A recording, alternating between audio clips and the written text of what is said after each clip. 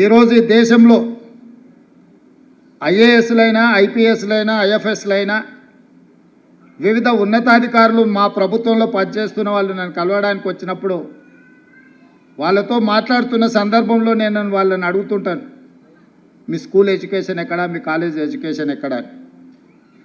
ఎందుకు అని అంటే ఒక అంచనా వేయడానికి వీళ్ళు ప్రభుత్వ పాఠశాలలలో చదివినరా ప్రైవేట్ కార్పొరేట్ స్కూల్స్లలో చదివినరా అని ఒక అంచనా కోసం నేను అడుగుతుంటా. 90% ఐఏఎస్ ఐపీఎస్లు ప్రభుత్వ పాఠశాలలలో చదువుకున్న వాళ్ళే ఎన్నికవుతున్నారు.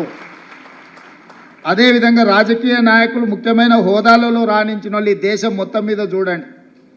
నిన్న ప్రమాణ స్వీకారం చేసిన నరేంద్ర మోడీ గారు కావచ్చు, 12 తారీఖు నాడు ప్రమాణ స్వీకారం చేయబోయే నారా చంద్రబాబు నాయుడు గారు కావచ్చు, డిసెంబర్ 7, 2023 నాడు ప్రమాణ స్వీకారం చేసిన మీ రేవంత్ అన్న కావచ్చు,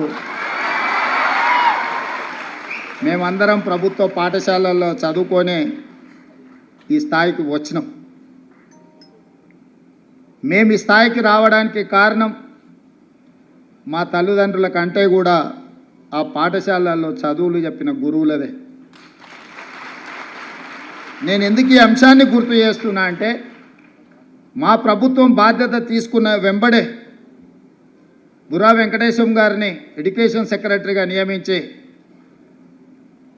చాలా సంవత్సరాల నుంచి ప్రభుత్వ పాఠశాలలు నిర్వీర్యమైపోయినాయి. వీటి పట్ల శ్రద్ధ తగ్గింది. టీచర్లు లేరని విద్యార్థులు రావడం లేదు, విద్యార్థులు లేరని పాఠశాలలు మూసేస్తుంది ప్రభుత్వం. ఇది కోడి ముందా గుడ్డి ముందా అని అంటే ఏది చెప్పలేదు.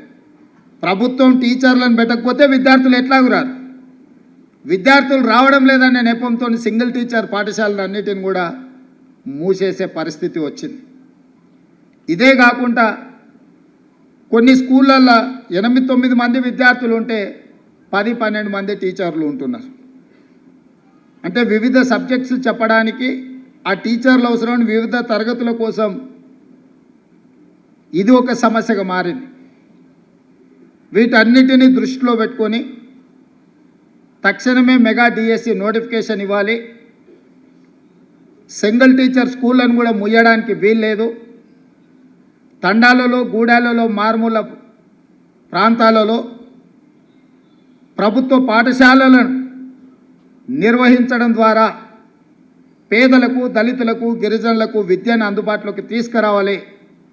వాళ్ళ తల్లిదండ్రులకు, వాళ్ళ కుటుంబాలకు ఆర్థిక భారం ఉండకూడదు.